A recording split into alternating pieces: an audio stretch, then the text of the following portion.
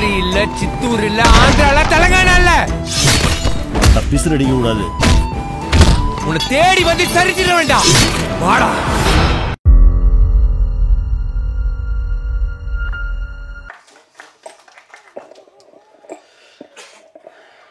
இறைவனுக்கு நன்றி. ரொம்ப நெகிழ்வான ஒரு தருணம். அப்பா பற்றி பேசினா மட்டும் ஆஃப் ஆயிடுறது. எப்போவுமே பரபரப்பாக சுற்றிக்கிட்டு இருப்போம். யார் வந்து கேட்டாலும் இது இல்லை அது இல்லைன்னு சொல்லிட்டு இருப்போம். அப்பா கதை என்ன அப்படின்னா, அப்பா கதையா சரிங்க ஒரு வாட்டி கேட்டுருவோமே அப்படின்னு சொல்லி கேட்டு உடனடியாக அதுக்குள்ளே போயிடுறது. ஏன்னா ஒவ்வொரு தகப்பனும் ஒரு சகாப்தம். ஏன்னா 4 கதை தான் நடிச்சிருக்கீங்க, 5 கதை தான் நடிச்சேன். நான் அப்பாவா 10 படம் பண்ணிட்டேன். 10ம் வேற வேற, இந்த அப்பாவும் வேற. இந்த மாதிரி ஒரு அப்பா படம் பண்ணுறேன்டா அப்படின்னு சொல்லி பாண்டிகிட்ட சொல்கிறேன். நான் சொல்கிறாங்க நம்ம அப்பா கதை எழுதி தந்துடுறேன் எடுத்துறியா அப்படின்னா, அவன் தகப்பனுக்கும் அவருக்குமான உறவு சொல்லும்போதே படபடன்னு இருக்கு. பசங்க முடிச்சுட்டு ஒரு ஒர்க் நடந்துகிட்ருக்கு. திடீர்னு ஒரு நாள் சொல்கிறான், அப்பாவை காணோனே, எங்கே போயிட்டாருன்னு தெரியல, அப்பா போய் தேடி நான் கூட்டிகிட்டு வரேன் அப்படின்னு சொல்லி கிளம்பி போய் ஒரு வாரம் அப்பாவை தேடினாங்க. இந்த மாதிரி தன்ராஜ் இருக்கானே, தகப்பனும் இல்லை தாயும் இல்லை. ஒரு பெரிய வலி. என் தகப்பன் என்னோடு இருந்திருந்தால் நான் என்னெல்லாம் செஞ்சுருப்பேன். எனக்கு 5 வயசு இருக்கும்போது அப்பா இறந்துட்டாரு. அப்புறம் அம்மா போராடினா, அம்மாவும் இருந்துச்சு. நானாக கர்ணம் போட்டு கையை ஊண்டி தான் எந்திரிச்சு வந்து நிற்கிறேன் அப்படின்னு சொல்கிறேன். தம்பி சூரிய எடுத்துங்க, அற்புதமான தகப்பன். அந்த தகப்பன் இப்படி ஒவ்வொரு தகப்பனும் ஒரு சகாப்தம். அதனால் மட்டும்தான் அந்த அப்பா அப்படின்னாலே என்னமோ ஒன்று நடக்கும், ஒரு வேதியியல் மாற்றம் நடக்கும். சரி வாங்க உடனே ஆரம்பிச்சிடலாம், எடுத்துடலாம் அப்படின்னு சொல்லி ஓடி ஓடி எடுக்கிறது. ரொம்ப சந்தோஷமாக இருந்தது தன்ராஜோடு பயணப்பட்டது. இவன் என்ன எடுக்க போகிறான் அதெல்லாம் தெரியவே தெரியாது எனக்கு. எப்பவுமே நான் எப்படி நம்புவேன் அப்படின்னா, இன்னசென்ட்டாக எதுவுமே தெரியாது எனக்கு அப்படின்னு நிற்கிறவன் எடுத்துருவான். நீங்கள் கவனித்து பார்த்தீங்கன்னா தெரியும். நீச்சலே தெரியாதவனை தூக்கி தண்ணிக்குள்ளே போட்டிங்கன்னு வச்சுக்கோங்களேன், அவன் பாட்டுக்கு அடித்து வந்துடுவான். ஏதோ ஒன்று பண்ணுவான், வெளியே வந்துடுவான். ஆனால் நான் கையை எப்படி வச்சுக்குவேன், காலை எப்படி வச்சுக்குவேன், நேற்று யூடியூப்பில் பார்த்தேன் நீந்துவது எப்படி இப்படின்னு ரொம்ப பேசுகிறாம்பாங்க. ரொம்ப ஆராய்ச்சி பண்ணிட்டு உள்ளே போகிறவன் அவனும் போய் நம்மளை இழுத்து உள்ளே விட்டுறான். அதனால் எளிமையாக வெறும் நம்பிக்கையை மட்டும் சுமந்துட்டு வரவங்களோட பின்னாடியே போயிடுறது. அவங்க ஒன்று எடுப்பாங்க. அப்படி தான் எடுத்திருக்கான். ரொம்ப சிறப்பாக வந்திருக்கு இந்த படைப்பு. இந்த படம் பண்ணும்போது, அதாவது டான் டப்பிங்கில் சொன்னேன், என்னால் டப்பிங் பேச முடியல, எனக்கு நெஞ்செல்லாம் வலிக்குதுடா தம்பி அப்படின்னு சொல்லி அந்த இயக்குனர்கிட்ட சொன்னேன். அதற்கு பிறகு இந்த படைப்பில் அப்படிதான் பேச முடியல. நிறைய இடத்துல என்னோட தகப்பன் வந்துடுறாரு, அவனோட தகப்பன் வந்துடுறாரு. ஏதோ ஒன்று வந்து நம்மளை ஒரு மாதிரி பிசைஞ்சு எடுத்து நம்ம கிட்ட இருந்து ஒரு நல்ல விஷயத்தை கொண்டு வந்து சமூகத்துக்கு வைக்கணும் அப்படின்றதான். ஏன்னா புரிஞ்சிக்கவே முடியாத ஒரு சொந்தம் வந்து அப்பா பையன். நிறைய தகப்பன்கள் என்கிட்ட வந்து பேசியிருக்காங்க. 10-20 நாளைக்கு முன்னாடி சிவகாசி பக்கத்துல இருந்து போனானே, என் பையன்கிட்ட பேசுங்கண்ணே, என் பையன் தப்பான வழியில் போயிடுவானோ நான் பயந்துக்கிட்டு இருக்கேனே, எனக்கு தினம் வீட்டில் ஒரே சண்டைனே, நான் அவனை அடிக்கிறேனே, அவன் கோச்சிட்டு போயிடுறானே. அவனு என்னங்க பண்ணான்னு ஃபோனில் கேமாக ஆடிக்கிட்டு இருக்கானே, சரி ஆடிட்டு போட்டு விட அப்படின்னு. ஐயோ கெட்டு போயிட்டானா, சரி பையன்கிட்ட கூடு அப்படின்னா. அவன் அங்கிள் எனக்கு வந்து ரோபோட்டிக் ரொம்ப பிடிக்கும், நான் ஒரு கேமை தயாரிக்கலாம், நானே கிரியேட் பண்ணலான்னு நினைக்கிறேன், அது இவங்ககிட்ட சொன்னால் புரிய மாட்டேங்குது, என்னை எதுக்கு எடுத்தாலும் அடிக்கிறாங்க அப்படின்னா. திரும்ப உங்கள் அப்பாட்ட கூடு, இங்கே சரி பண்ணப்பட வேண்டியது அப்பைங்க தான் அப்படின்னு சொல்லி அவர்கிட்ட 10 நிமிஷம் பேசணும். அவன் என்னமோ உன்னை செய்யணும்னு நினைக்கிறான், அவனை விட உன்னோட அறிவெல்லாம் போய் அவன் மண்டையிலேயும் திணிக்கிற அப்படின்னு சொல்லி இங்கே தான் பேச வேண்டியதாக இருந்தது. ஏன்னா எல்லோரும் அவர்கள் இடத்தில் மிகச் சரியாக இருக்கிறார்கள். இதுவாகணும்னு இவங்க முடிவு பண்ணுறதும், நான் சொல்கிறத கேளுன்னு அவங்க முடிவு பண்ணுறதும் தான் இங்கே சிக்கலாக இருக்குது. அப்படின்னு பார்க்கும்போது ஒவ்வொரு தகப்பனுக்கும் மகனுக்கும் உள்ள இருக்க உறவே அது வேற மாதிரி இருக்குது. தேடி தேடி தேடி தேடி இந்த விஷயத்தை சொல்லலாம். இது வரைக்கும் ஒரு 10 பண்ணியிருக்கோம் அப்படின்னா இன்னும் ஒரு 15-20 பண்ணலாம் அப்பாவா. அவ்வளவு விஷயங்கள் இருக்கு. அப்புறம் எங்கள் அண்ணன் தம்பிராம அண்ணன் வந்து என்னை தாண்டி அப்பாவை சுமக்கக்கூடிய ஒரு மனிதர். நான் ரொம்ப ரசித்து எழுதுவேன். நானும் அண்ணனும் சேர்ந்து ஒரு 10 படம் பண்ணோனே அப்படின்னு சொல்லி பேசணும். 5 முடிச்சிட்டோம். ஒவ்வொரு படத்துலையும் ஒவ்வொரு மாதிரி. இப்போ தெலுங்குல அப்பா பண்ணணும் அப்படின்றப்போ நான் ஆசைப்பட்டது நான் நடித்த ரோல் கிடையாது, நான் அண்ணன் நடித்த ரோல் தான் ஆசைப்பட்டேன். நான் அது நடிக்கிறேங்க, இதை வேற ஒருத்தர் பண்ண வைப்போம் அப்படின்னு தான் சொன்னேன் நான் தெலுங்குல எடுக்கிறதுக்கு. அப்படி ஒரு ஆத்மாவோடு பயணப்படுறது வந்து, அதாவது என்னன்னா, சாட்டைன்னு ஒரு படம் ரிலீஸ் ஆயிடுச்சு. முதல் ஷோ பார்க்குறோம்.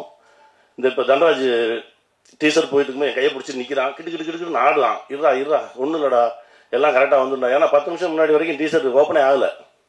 நான் சொன்னேன், அப்படி ஓப்பன் ஆகலைன்னா அந்த படம் ஹிட்ரா, தைரியமா இரு, ஓப்பன் ஆகிடும். கையை பிடிச்சி நிற்கிறான், கிட்டு இதே உணர்வு. சாட்டை படம் ஃபர்ஸ்ட் டே ஃபர்ஸ்ட் ஷோ தேட்டரில் கை தட்டுறாங்க. என் பின்னாடி இருந்து என்ன அப்படியே கட்டி பிடிச்சிட்டு எங்கள் அண்ணன் முதல் முறையாக வெடிச்சு அழுகிறாரு. என்னண்ணே அப்படின்னு, நமக்கெல்லாம் யாரா இருந்தா, நம்மளா வந்தோம், நம்மளா விழுந்தோம், நம்மளா புரண்டோம், நம்மளா எழுந்தோம், இப்போ நிற்கிறோம், நம்மளையும் பார்த்து கை தட்டுறாங்க. நம்ம ஒரு நல்ல தளத்தில் தான் நின்றுட்டு இருக்கோம், இந்த இடத்த விட்டுறக்கூடாது தம்பி. அண்ணன் அப்படின்னா அவர் தான். இந்த உலகத்தில் எந்த டாபிக் வேணாலும் பேசலாம் என் அண்ணன்ட்ட. கலையா, இலக்கியமா, அரசியலா, பொருளாதாரமா, எது வேணாலும் பேசலாம். அப்படி வச்சிருப்பார். அந்த சக்தி ஒரு முறை பேசினா போதும், தம்பி அப்படின்னு எடுத்தாருன்னா அப்படி போகும், கூட்டிட்டு போகும். அந்த மாதிரி ஒரு அண்ணன் அவருக்கு வந்திருக்கிறது எனக்கு ரொம்ப மகிழ்ச்சிண்ணே. இந்த அன்பு காலத்துக்கும் இருக்குண்ணே. என் சுவாசம் இருக்கும் வரை உங்களுக்கு தம்பியாகவே இருப்பேண்ணே. நன்றிண்ணே. தம்பி பாண்டியை பற்றி பாண்டி சொன்னது தான், அவர் சொன்னது நான் திரும்ப சொல்கிற மாதிரி இருக்கும். அதுதான் தம்பி பேரன்பானவன். 2 ஆண்டுகளாக அவர் படம் பண்ணலன்றது அவரை விட எனக்கு தான் கோவம். ஒவ்வொரு முறை பார்க்கும்போது சண்டை போட்டுக்கிட்டே இருப்பேன். அவர் அதுக்கு பதில் சொல்லிக்கிட்டே இருப்பார். ஏன்னா அவன் சொல்கிறதுக்கு சொல்லுவேன், ஆரம்பிச்சிருங்கடா, இயங்கிக்கிட்டே இருக்கணும், ஓடிக்கிட்டே இருக்கணும்டா அப்படின்னு சொல்லி பிடிச்சிட்டு ஆரம்பிச்சிருவாரு. தம்பி ரொம்ப மகிழ்ச்சி. தம்பி சூரி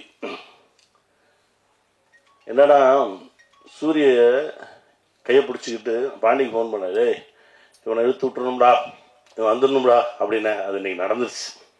ரொம்ப சந்தோஷமா இருக்குடா. போராளி பண்ணும்போது எனக்கு தெரியுது, இந்த ஃபர்ஸ்ட் டேயே போய் அந்த உட்காந்து எந்திரிச்சு ஆடுற சாங்கு, கொட்டடிக்கிறாங்க, உட்காந்து எந்திரிக்கணும். எனக்கு தெரியுது, திணறாங்க. சசியும் உட்காந்து என்ன 4 ஷாட் நடிப்பாங்க, காலையிலேருந்து உட்காந்து எந்திரிங்கன்னா. அப்போ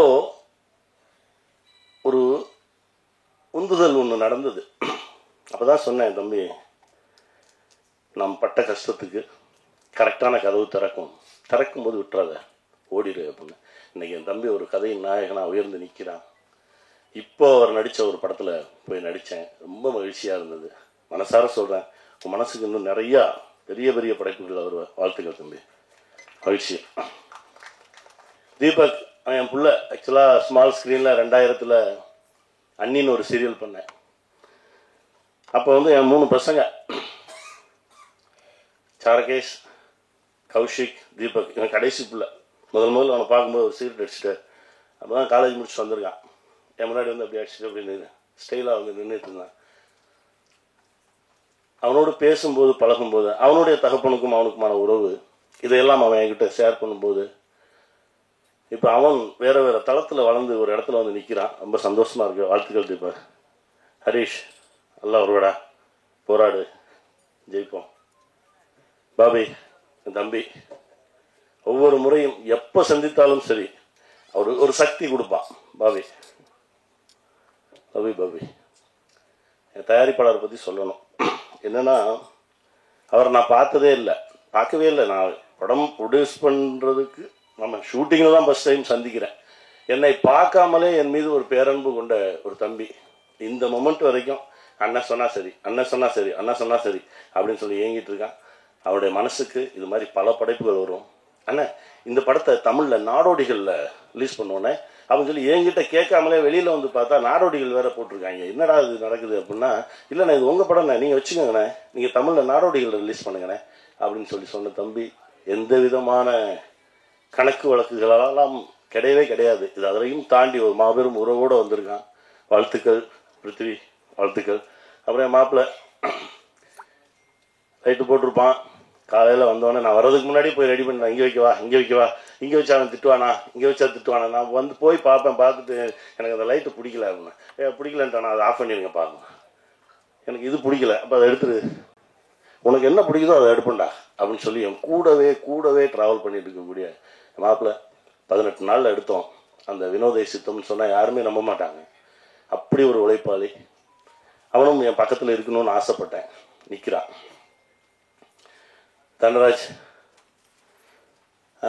முதல்ல வேற ஒரு டைரக்டரை கூப்பிட்டு வந்தாங்க. அண்ணே இவர் தானே டைரக்ட் பண்ணாரு அப்படின்னு. சரி, கதை நல்லா இருக்கு, கதையை கெடுக்காம எடுத்துறதுக்கு ஒரு ஆள் வேணும், அவ்வளோதான்.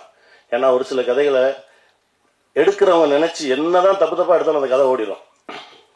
நாடோடிகள் கதையை போய் நான் பஞ்சவர்ணாச்சலம் அப்பாட்ட சொல்றேன், முழு கதையும் கேட்டாரு, நீ இதை எவ்வளவு தப்பா எடுத்தாலும் இது ஓடிடுண்டா அப்படின்னாரு. அந்த மாதிரி ஒரு சில கதைகள் அமையும். அப்படிப்பட்ட கதை இது.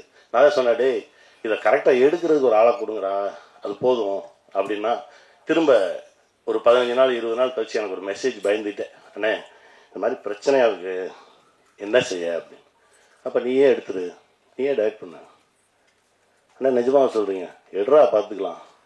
இன்னைக்கு டைரக்டராக வந்து நிற்கிறான். ஒவ்வொரு ஷாட்டும் அவ்வளவு தெளிவாக, அவ்வளவு கிளீனாக, கடைசி டப்பிங் பேசுகிற வரைக்கும். போன படத்தில் நீங்கள் விமானம் படத்தில் வந்து கொஞ்சம் டப்பிங் கிராமர் மிஸ்டேக் இருந்தது. இதில் கிராமர் மிஸ்டேக்கே இல்லாமல் நீங்கள் டப்பிங் பேசுனீங்கன்னு இருக்கணும். எனக்கு கூட கொஞ்சம் டைம் கொடுங்க, இன்னொரு 1 டே கொடுங்க அப்படின்னு சொல்லி என்னை உட்கார வச்சு முழுக்க எந்த விதமான இலக்கண பிழையும் இல்லாமல் எடுத்தார். ரொம்ப நன்றி தம்பி. இன்னும் நல்லா பெரிய இடத்துக்கு வருவான், நல்லா இருப்பான். எங்கள் அண்ணன் படம் முதல் படத்திலிருந்து வியந்து பார்த்தேன். நம்மளை கூப்பிடவே மாட்டேன்றாரு, இவர் நம்மளை நடிகனாவே ஒத்துக்கலையோ அப்படின்னு சொல்லி பல முறை எங்கள் அண்ணன்ட்ட கேட்டிருக்கேன். ஏன்னா என்னை கூப்பிடவே மாட்டேறீங்க. இல்லைடா போடா, வரும்போது வந்தா போடா அப்படின்றாரு. எத்தனை முறை சந்தித்தாலும் நான் வியக்கக்கூடிய ஒரு மனிதர் எங்கள் அண்ணன் பாலாண்ணன். இப்போ அண்ணனோட இயக்கத்தில் வணங்கானில் நடிக்கிறதுக்கு ஒரு வாய்ப்பு கிடைச்சது. அது ஒரு அழகான ஒரு பயணமாக இருந்தது. ரொம்ப சந்தோஷம் எனக்கு அதில். அண்ணன் எங்கேயுமே வரமாட்டாங்க. அண்ணனோட தொடர்பு கொண்டு அண்ணனை இந்த மாதிரி வாங்கன்னு கூப்பிட்றதே அதற்கான விஷயம் இருந்தால்தான் செய்யணும் அப்படின்னு சொல்லி தான் ஒவ்வொரு முறையும் யோசிச்சுட்டே இருப்பேன். ஆனால் இந்த முறை இந்த படத்திற்கு அண்ணன் வந்து நின்னா சரியாக இருக்கும் அப்படின்னு தோணுச்சு. நான் ஃபோன் பண்ணேன், அண்ணா இந்த மாதிரி விஷயம்ண்ணே நீங்கள் வரணும் அப்படின்னா. அண்ணன் சொன்னார், வரேன்டா, ஒரு 1 மணி நேரம் வந்தேன். என்னடா 1 மணி நேரம், நான் வரேன்டா அப்படின்னாரு. அதான் எங்கள் அண்ணன். ஆனால் இந்த அன்புக்கு என்றைக்குமே கட்டுப்பட்டவனாக இருப்பேண்ணே. ரொம்ப நன்றிண்ணே, தேங்க்ஸ்ண்ணே, லவ்யூண்ணே. நன்றி. என்னுடைய சொந்தங்கள் அனைவருக்கும் என்னுடைய மனமார்ந்த நன்றி. ஏன்னா இந்த படம் போய் சேரணும், அதுக்கு தான். ஏன்னா ஒவ்வொரு சின்ன படத்தை எடுத்துட்டு ஒவ்வொரு முறையும் போராட வேண்டியதாக இருக்குது. ஒரு விஷயம் சொன்னால் நீங்கள் எல்லாம் அதிர்ச்சி ஆவீங்க. அப்பான ஒரு படம் இப்போ வரைக்கும் எனக்கு அது என்ன பண்ணுச்சுன்ற கணக்கே தெரியாது, கணக்கே வரல, கொடுக்கல. இப்படிதான் இருக்கு. ஏங்க அது என்னங்க பண்ணிச்சுங்க, இப்படிதான் இருக்கு. ஸோ ஒரு சின்ன படத்தை கொண்டு போய் சேர்த்து அது என்ன செய்து அது ஜனங்கிட்ட எப்படி ரீச் ஆகுது, ஒன்று வெற்றின்னு சொல்லுங்க, இல்லை தோல்வின்னு சொல்லுங்க, வந்துச்சுன்னு சொல்லுங்க, வரலன்னு சொல்லுங்க, இது எதுவும் எல்லாமே ஒரு மாதிரி இருக்கு. இதற்கு நடுவில் இப்படி ஒரு படத்தை வேற தூக்கிட்டு வரோமே அப்படின்ற ஒரு பதட்டம் எனக்கு இருந்துகிட்டே இருந்துச்சு. ஏன்னா அப்பாவில் எனக்கு நடந்த விஷயங்களும் இந்த நாடோடிகளில் நடந்த விஷயங்கள் தான் நான் அதுக்கப்புறம் படமே பண்ணணும்னு தோணலை. படம் எடுக்கணும் அப்படின்ற ஒரு, ஏன்னா நான் ரொம்ப பேரன்பா படம் எடுக்கணும்னு ஆசைப்படுவேன். இந்த அண்ணனும் நானும் பண்றதுக்கு 4 கதை ரெடியா எழுதி வச்சுட்டேன். அண்ணன் பார்க்கும்போதெல்லாம் கேட்பாரு, எப்படா தம்பி எப்போ போவோம் அப்படின்னு. இன்னைக்கு தான் சொன்னேன், அண்ணன் தம்பி கல்யாணம் முடிஞ்சவொடனே ஆரம்பிச்சிடுவோம்ண்ணே, அது என்ன வேணாலும் நடக்கட்டும்ண்ணே, இப்போ தெலுங்குல ஒரு ஏரியா இருக்குண்ணே, நம்ம ஏதோ ஒன்று பண்ணி உருட்டிடலாம் எடுத்துடலாண்ணே அப்படின்னு இப்போதான் சொன்னேன் நான். ஏன்னா என்ன நடக்குது, அதாவது எடுத்துடுறோம், பேரன்போடு எடுத்துடுறோம், அதை கொண்டு போய் வைக்கும்போது அந்த சந்தோஷமே இருக்க மாட்டேங்குது, அதற்கு ஒரு வழியும் தெரிய மாட்டேங்குது. இந்த படத்தையும் இந்த நிலைமையில தான் எடுத்துட்டு வரோம். எங்கேயோ ஒரு இடத்துல ஒரு வெளிச்சம் தெரியும் அப்படின்னு நம்புறோம். நான் நம்பக்கூடிய இந்த பிரபஞ்சமும் இறையும் எங்களுக்கு ஒரு நல்ல வழியை காட்டட்டும். மகிழ்ச்சி. நன்றி.